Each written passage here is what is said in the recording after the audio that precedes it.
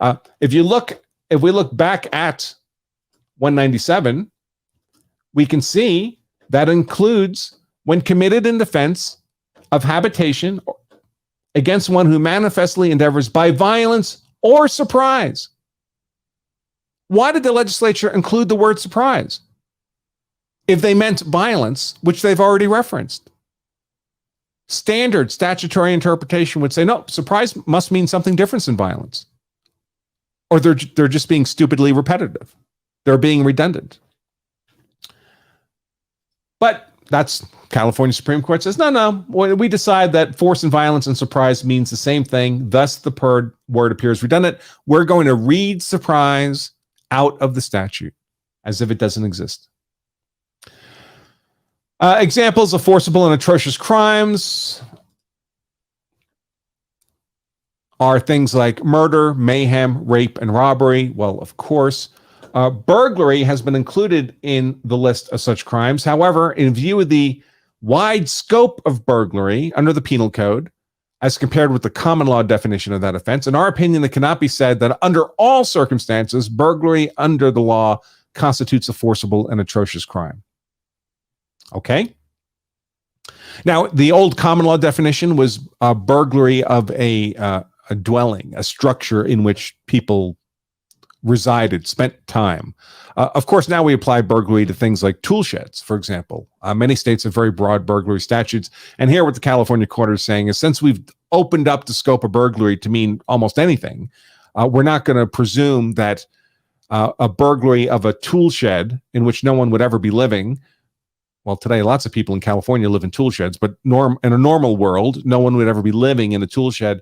We're not going to treat that kind of burglary of a tool shed as if it were the same kind of atrocious crime that a burglary of a home would be, where people would be expected to live.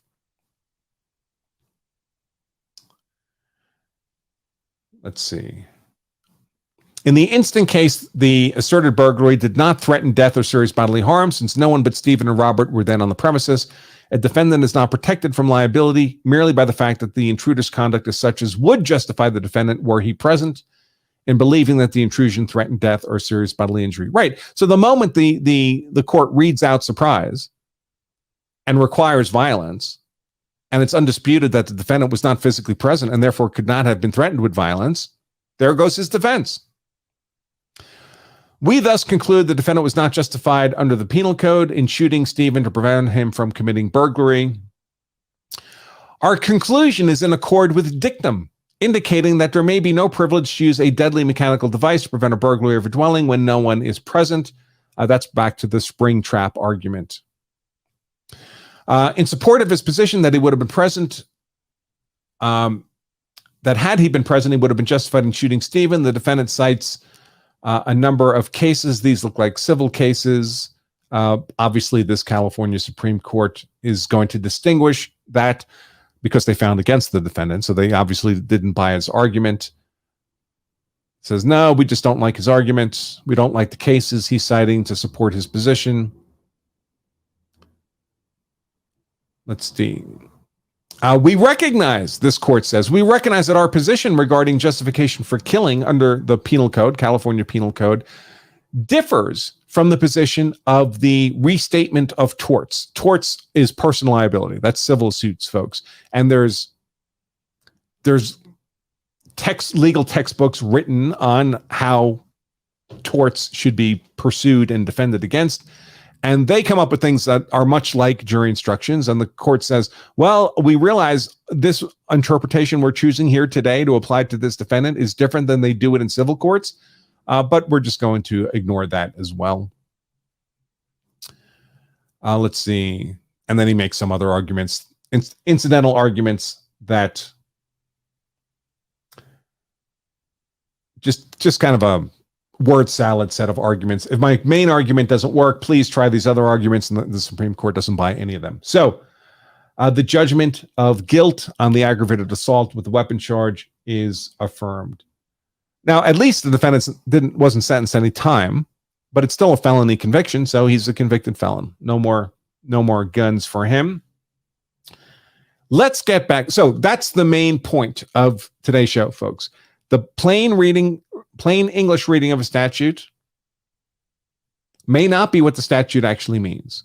Now, today, in 2023, the California justified homicide statute still includes the word surprise. So it's not as if when a word is read out of a statute by the appellate courts so that the word doesn't exist for legal purposes, it's not like it's automatically removed from the statute. The word surprise is still in the statute.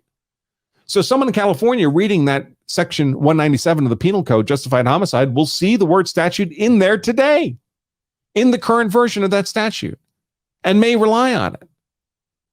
And unless they looked at how the courts actually apply that statute, and a pretty good way to do that is, of course, to take a look at the jury instructions, because they often explain this kind of thing.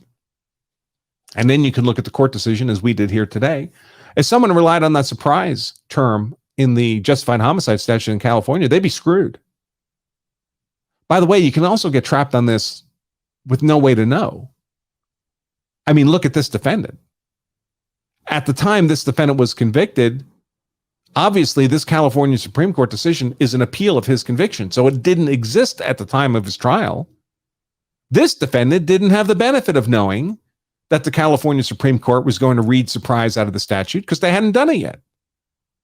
To him, this interpretation applies retroactively. Too bad.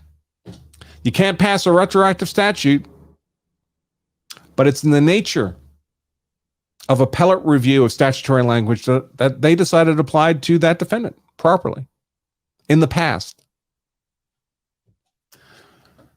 Unfortunate. We have an imperfect legal system, folks, but that's the way it works.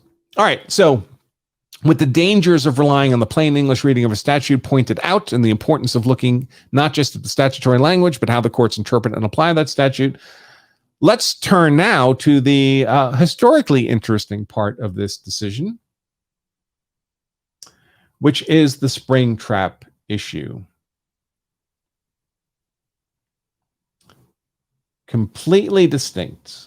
Let's see. The issue. So spring traps they're often called spring traps, trap guns, booby traps, and they're traps that would be triggered by someone unaware of the trap.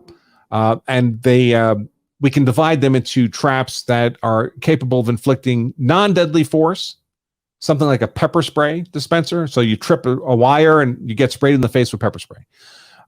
Those are distinguished from deadly force, booby traps or spring traps. We're only really interested here in the deadly force ones. The deadly force ones would typically would trigger a firearm discharge is the most common way they're done. So when we say trap gun, we don't mean a gun that shoots trap and skeet, for example. It's a gun that's part of a booby trap. So let's hear what this court has to say about the law of booby traps, deadly force booby traps. The issue of criminal liability under statutes such as the Penal Code, where the instrument employed is a trap gun or other deadly mechanical device. This could also be like a pit with stakes at the bottom, right? Or a bomb or anything you might think of. Appears to be one of first impression in this state. So California had not considered this issue before. But in other jurisdictions, courts have considered the question of criminal and civil liability for death and injuries inflicted by such devices. At common law in England, it was held that a trespasser, having knowledge that there are spring guns in a wood, cannot maintain an action, a civil suit, for injury received in consequence of his actually stepping on the wire of such a gun. So this might, for example, be a poacher. We're talking in old England. Before we were America, the homeowner, the landowner, the baron or whatever, would get tired of the poachers and would set out booby traps, deadly force booby traps. And if a poacher tripped one of them, being aware, he'd been notified, announcements had been made throughout the village. Don't go into the baron's woods anymore, poachers, because he set booby traps in there. You get injured by the booby trap, you can't bring a civil suit against the baron. But that case aroused such a protest in England that it was abrogated 7 years later by a statute which made it a misdemeanor to set spring guns with intent to inflict grievous bodily injury. So you can't set deadly force booby traps deadly force being death or serious bodily injury. But it excluded from that prohibition the operation of a spring gun set between sunset and sunrise in a dwelling house for the protection of the home. So you couldn't set traps in the woods, deadly force booby traps. You couldn't set deadly force booby traps in your home during the daytime, but you were still allowed to do it in your home at night to protect the home.